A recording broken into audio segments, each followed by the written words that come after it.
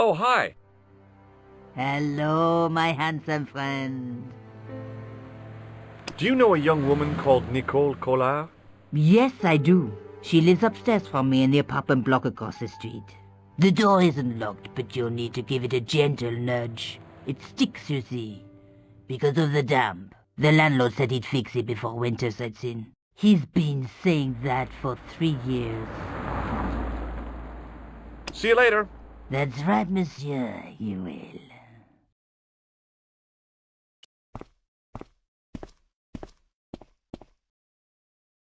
Remembering the flower seller's advice, I pushed the door gently just above the lock. Hi. Bonjour. I'm glad you could make it, monsieur. Please, call me George. Fine. I'm Nicole. Take a seat, George.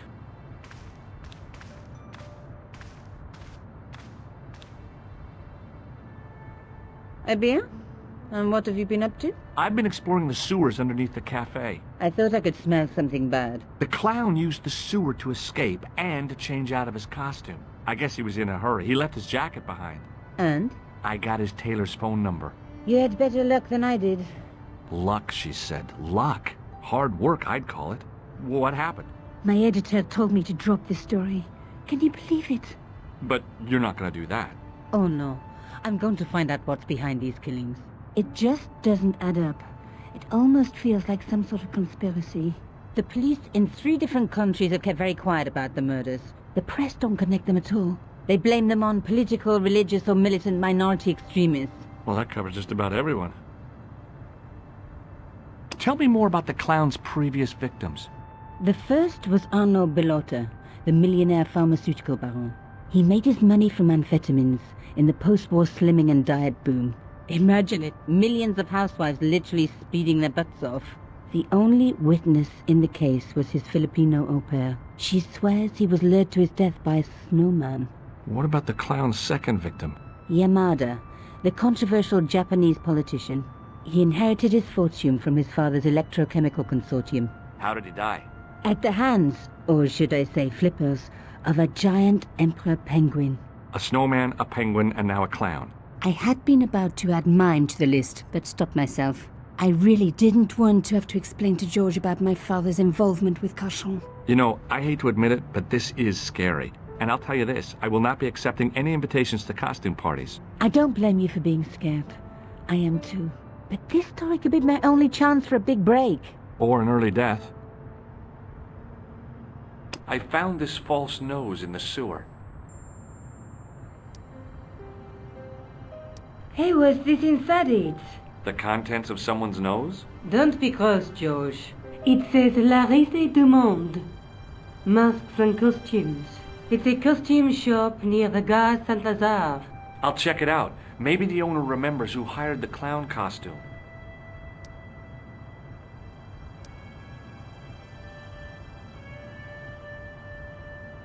I found a piece of material near the cafe. When I showed it to the concierge, he recognized it right away. It's very distinctive, all right. Just wait until you see this. I developed a film I shot at the cafe. Here, George, it's an enlargement I made. Look what that guy's wearing. Checkered pants. The same material as I found in the sewer. That's right. This guy shouldn't be difficult to find. Oh, no? Take a close look at his right cheek. A scar in the shape of a horseshoe. Or a crescent moon. I have to go. Okay, I'll see you later.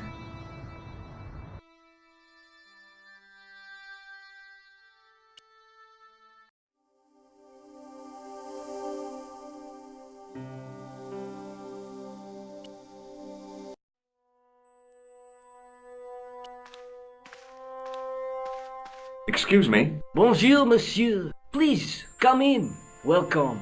Leave the mundane world behind, for in these 4 walls, fantasy is king. I don't want a costume. Didn't you ever dress up when you were a child? Not that I remember. Incredible! You'll be telling me next that you never shared your elder sister's lingerie. I don't have a sister, and I think I'd look pretty silly in a brassiere. I just need some information. Of course. How can I help you? I'm looking for a man who hired a clown costume from you. Oui, monsieur. I do not see how I can help. Don't you keep a record of costumes that you've rented out? Of course, monsieur, but... Well, then, I'd like to check your records. Give me the names of everyone who's rented a clown suit. Impossible. There are too many.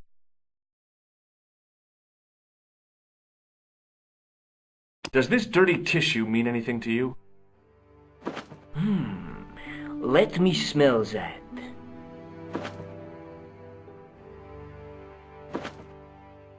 Bestheimer's number 7 white pancake. Theatrical grease paint, right? Oui, monsieur. La crème de la crème of Thespian accoutrement. Have you sold any of it recently? Yes, 2 cans. Do you recognize this man? Ah oui, he was here this morning. That is the man to whom I sold the grease paint. I remember the scar on his face. He chose 2 costumes. Bozo the clown and Seamus the pixie. A pixie? Very smart. Green silk with a taffeta lining. He gave me his name as Monsieur Khan. Thanks for your help, buddy. My pleasure, monsieur. Allow me to shake you by the hand. Huh? Well, okay.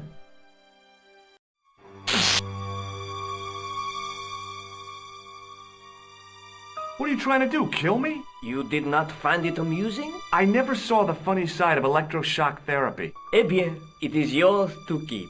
A gift? Do I need a license? No, but I give you a word of warning, monsieur. What? Remember to switch it off before you visit the toilet.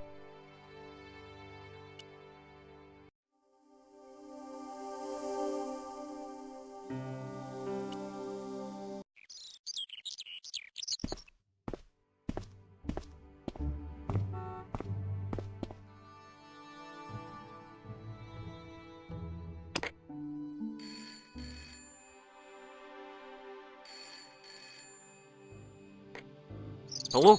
Who is this? Hi. My name's George Stobbart. You don't know me. Correct, Mr. Stobbart. I don't. What can I do for you? Well, I'm trying to trace one of your customers. Could I maybe come over and talk to you? No. No, that's not possible. Oh, okay. Forget it. Listen, all I want is a name. What are you talking about? Who are you working for? I guess you might say I'm acting in the interests of truth and justice. Ah, thank God. I thought you were the police. There are innocent lives at stake, Mr. Todrick. Lives that you could save. You're collecting for charity, yes? No, I'm not. All I want from you is information. Go on. I'm listening. The man I'm looking for is called Khan. He bought a suit from you, remember? Mr. Khan. Yes, I remember him. Yes, I delivered the suit to his hotel. The Hotel Ubu. I don't remember the room number. It was upstairs. The second room on the right-hand side of the corridor. Thanks, Todrick. That's all I wanted to know. Now I've got you, Mr. Clown.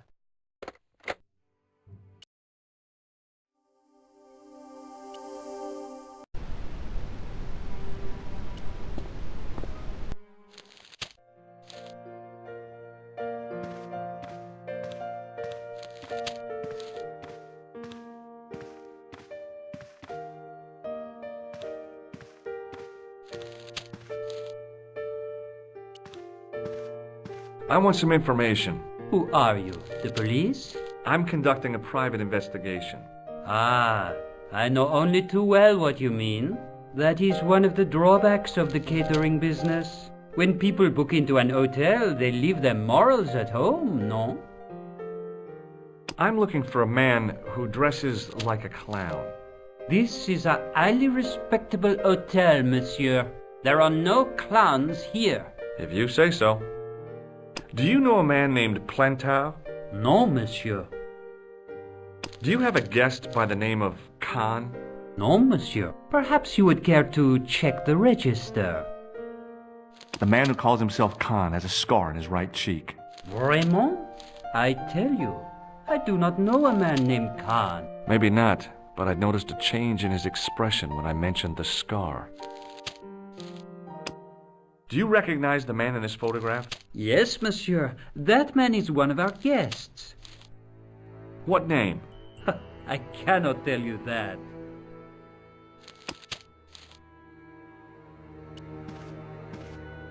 Excusez-moi, monsieur. What? You were trying to steal that key, no?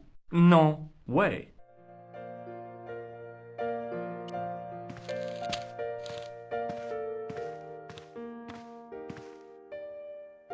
Excuse me, didn't I see your picture in the news? You're that Nobel Prize winner from some unpronounceable Eastern European state. Yes, that is me, in person. I don't want to worry you, but have you had any threats on your life? You know, mysterious phone calls, letters made up of headlines cut from the newspaper. I don't know what you're talking about. Do you know a guy called Plantow? I don't know anybody in Paris. Oh, well, this guy's dead anyhow. Why do you ask me about dead men? I have seen enough of death to last me a lifetime. I'm, sure you have. Have you seen a clown? I beg your pardon? The clown. A guy in funny pants. Have you seen him? My pants are from England, Marks and Spencer.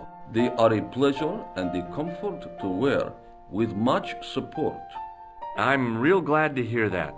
You know, it's good to know you Nobel Prize winners are human too. In my country, the people make do with string and egg cartoons.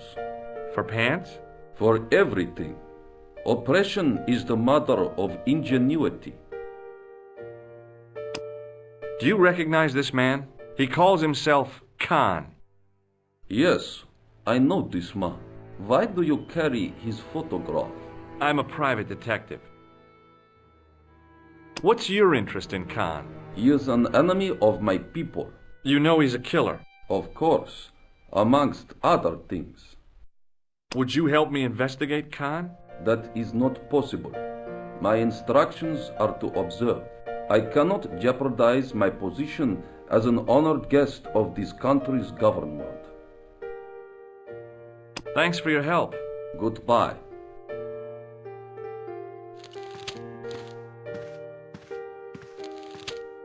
Hi there, ma'am.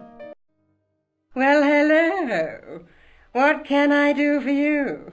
I'm looking for a man. You disappoint me, my dear. For one foolish moment I thought... But never mind. Aren't you going to tell me your name? George Stobbart, ma'am. How sweet! I once had a stable boy called George. I am Lady Piermont. The common reaction is to kneel and stutter, but it's not obligatory. A real lady? I mean, you're an honest-to-God aristocrat? Oh, I don't know about that. Few of my ancestors are honest, not even to God. I can trace my family back to the Normans, but don't let that intimidate you, George. Beneath that impressive pedigree, I'm just flesh and blood. The blood may be blue, but the flesh is the plump beef of old England, so to speak. You appear distracted, George. Is there any way I can help you? Did you know there's a gangster out front? What makes you think he's a gangster? The Italian suit and the bulge in his pocket?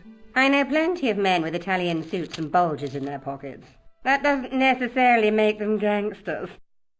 I'm looking for a murderer. Good heavens! You're a private detective. That's correct, ma'am. What's the term you Americans use? It's on the tip of my tongue. I believe what you're thinking of is Dick. Precisely. Have you come across a man who calls himself Khan? I am familiar with only one person named Khan. Genghis Khan, the legendary Mongol barbarian chieftain?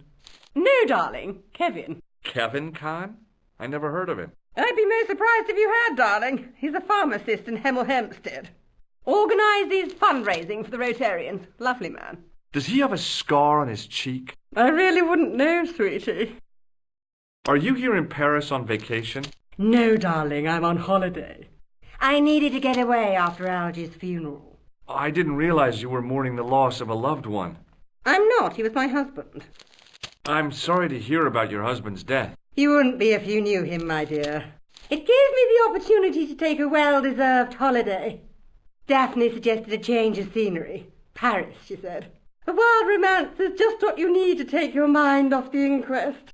Well, the closest I came to romance was being wooed by a drunken Breton chef. I must say I was disappointed with his coq au vin. Not at all what I was expecting. I was thinking of cutting my holiday short, packing my bags and heading back to Hemel Hempstead. That was until last night. What happened to you last night?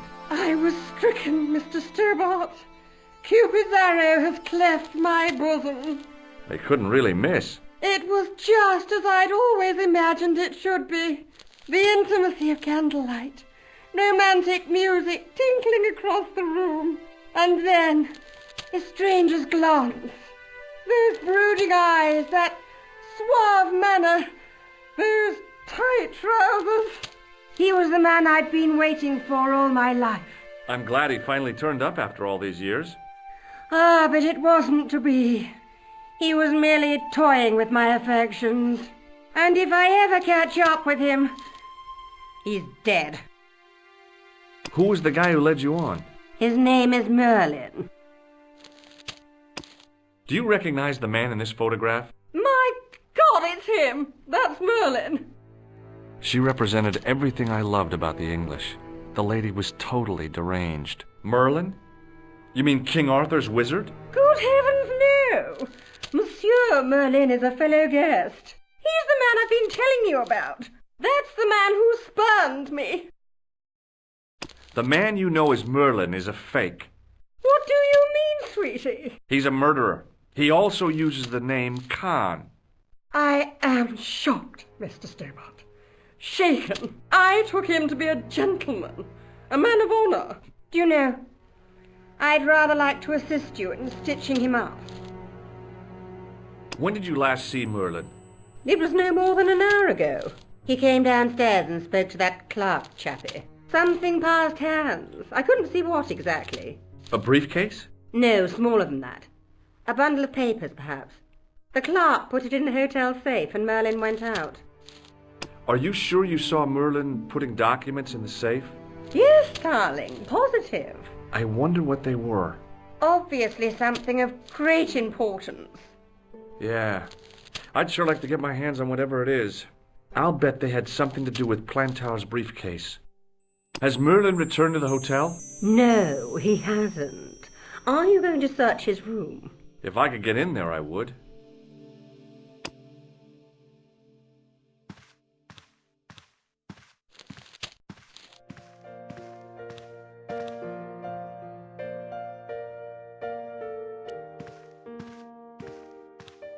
There was no one registered under the name of Khan, but the name in the book for room 22 was Merlin. What now, monsieur? I'd like to retrieve something from your safe. Ah, oui, monsieur. May I see some form of identification? Like what? A driving license, perhaps? I don't drive. Your passport? I don't have it with me. I could show you my operation scar. I'm sorry, monsieur. I must have some form of unique ID. You won't find a more unique ID than my scar. I'm sorry. I must insist on a more traditional identification. Rats. About the key hanging on the hook over there. Oui, monsieur. Which room is it for? Number 21. Is that room taken?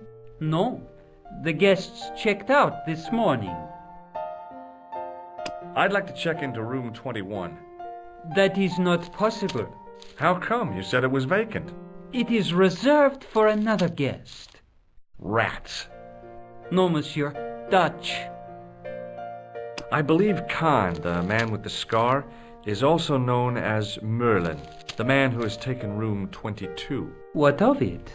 What do you want? Access to his room. Do you have a license, monsieur? Huh? A private investigator's license? Well, not exactly, but I can explain everything. I am sorry, but without credentials, I cannot help.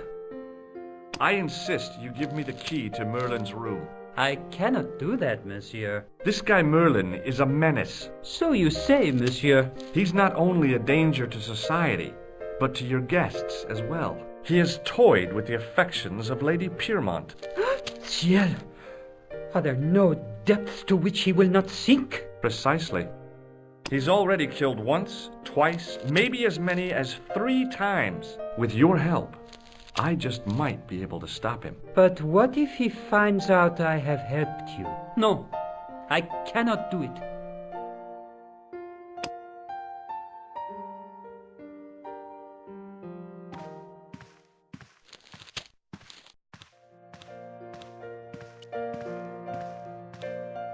Hi, ma'am. Hello, George. What can I do for you now? Would you distract the clerk while I borrow a key? Are you asking me to aid you in a criminal act, darling? Oh, no. It's the key to an empty room. And why, may I ask, do you wish to gain access to an empty room? Do you plan to squat? No, ma'am. Scouts on up? I was never in the Boy Scouts, ma'am. Oh, you should have been. What were your parents thinking of? It's a fine way for a boy to get licked into shape. Now tell me, why do you want to get into that room? It's next to the room the killer is using. Ah, so you plan to eavesdrop on Merlin? I was hoping there might be a connecting door. Well, how can I refuse? I shouldn't think my feminine charms would be much use in this case, but a good dose of English arrogance might do the trick.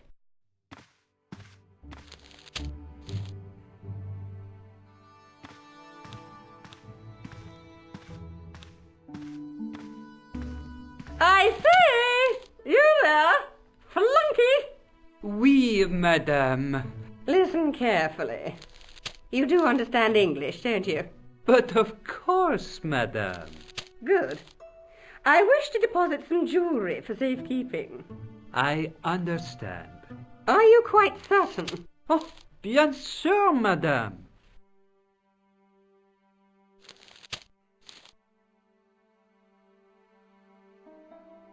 Over to you, my dear.